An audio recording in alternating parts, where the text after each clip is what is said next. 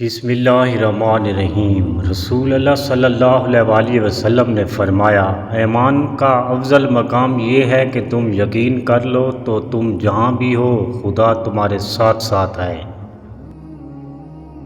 نبی کریم صلی اللہ علیہ وآلہ وسلم نے فرمایا، جس کا اخلاق اچھا ہو میں اس شخص کے لیے جنت کے بلند مقام میں ایک گھر کا ضامن ہوں۔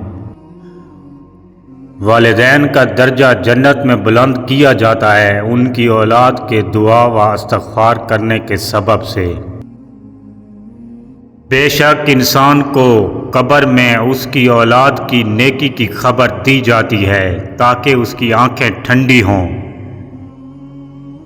پیغمبر اکرم محمد صلی اللہ علیہ وآلہ وسلم نے فرمایا، ہر چیز کی ایک مقدار ہوتی ہے، یہاں تک کہ عاجزی کی بھی ایک مقدار ہے۔ حضرت رسول اکرم صلی اللہ علیہ وآلہ وسلم نے فرمایا، دو خصلتیں مومن میں جمع نہیں ہو سکتی، بخیل اور رزق کے بارے میں بدگمانی۔ فرمان حضرت علی علیہ السلام، جو فتنہ کی آگ بھڑکاتا ہے وہ خود بھی اس کا ایندھن بن جاتا ہے۔ فرمان امام محمد باقر علیہ السلام، کوئی بندہ مومن نہیں ہو سکتا جب تک اللہ اور اس کے رسول صلی اللہ علیہ وآلہ وسلم اور تمام ائمہ کی معرفت نہ رکھے، اور اپنے امام زمانہ بھی اپنے معلومات ان امام زمانہ کی طرف رجوع کرے اور اپنے آپ کو ان امام زمانہ کے سپرد کر دے۔ پھر فرمایا، جو اول سے جاہل ہے وہ آخرت کو کیا جانے گا۔ مولا علی علیہ السلام نے فرمایا، انسان کی روزی بند کمروں میں بھی اسی طرح پہنچے گی جس طرح موت پہنچتی ہے۔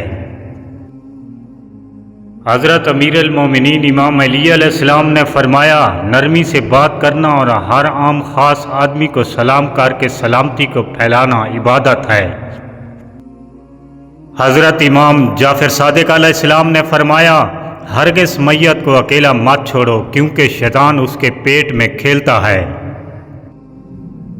امام سید سجاد علیہ السلام نے فرمایا، تمہارے لیے زوجہ اللہ کی نعمت ہے، بس اس کی قدر کرو اور اس کے ساتھ مہربانی سے پیش آؤ، اگرچہ تمہارا بھی اس پر حق واجب ہے۔ حضرت امیر المومنین علیہ السلام نے ارشاد فرمایا، تمہیں فکر صرف موت کے بعد کی ہونی چاہیے۔